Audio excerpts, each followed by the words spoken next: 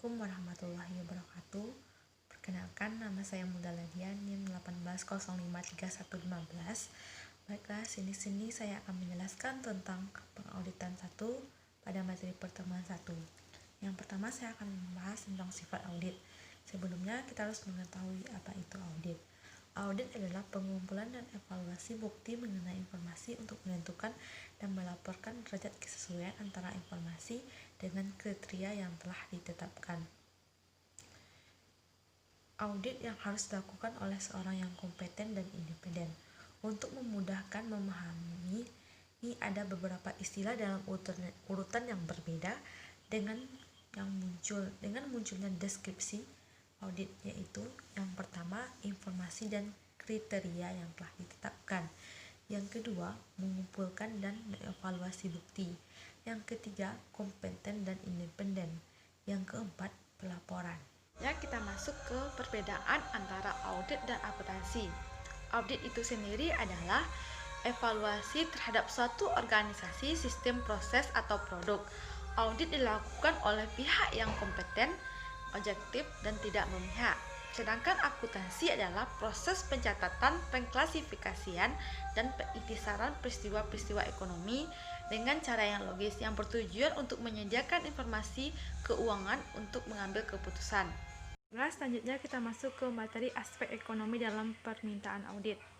Apabila bank memberikan pinjaman kepada perusahaan, maka suku bunga yang dikenakan akan ditentukan oleh 3 faktor. Yang pertama, suku bunga bebas risiko. Yang kedua, risiko bisnis bagi nasabah. Yang ketiga, risiko informasi. Baiklah, selanjutnya kita masuk ke jasa asuransi.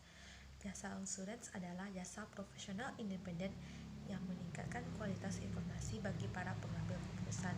Jasa asuransi dapat dilakukan oleh akuntan publik atau oleh lembaga yang profesional lainnya. Selanjutnya kita masuk ke jenis-jenis audit.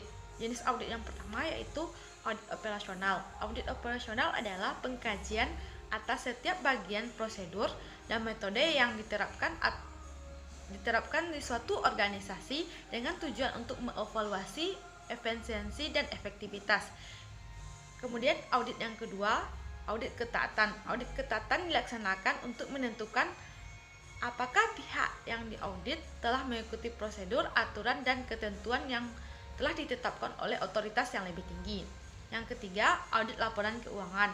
Audit laporan keuangan dilakukan untuk menentukan apakah laporan keuangan telah dinyatakan sesuai dengan kriteria yang telah ditentukan. Selanjutnya kita masuk ke jenis-jenis auditor. Jenis auditor yang pertama adalah kantor akuntan publik. Kantor akuntan publik bertanggung jawab mengaudit laporan keuangan historis yang dipublikasikan oleh semua perusahaan terbuka. Yang kedua, auditor internal pemerintah. Auditor internal pemerintah, auditor yang bertugas melakukan audit atas keuangan negara pada instansi-instansi pemerintah. Yang ketiga, auditor Badan Pemeriksaan Keuangan. Auditor Badan Pemeriksaan Keuangan adalah auditor yang bekerja untuk BPK RI. Badan yang didirikan berdasarkan Konstitusi Indonesia. Yang keempat, auditor pajak. Auditor pajak bertanggung jawab untuk memperlakukan peraturan pajak. Yang kelima, auditor internal. Auditor internal dipekerjakan oleh perusahaan untuk melakukan audit bagi manajemen. Baiklah, selanjutnya kita masuk ke materi yang terakhir, yaitu tentang akuntan publik bersertifikat atau CPA. Apabila seseorang ingin menjadi akuntan publik, dia harus memahami persyaratan-persyaratan yang dikeluarkan oleh Ikatan Akuntan Publik Indonesia dan Menteri Keuangan. Mungkin hanya itu yang dapat saya sampaikan. Saya sudahi dengan Assalamualaikum warahmatullahi wabarakatuh.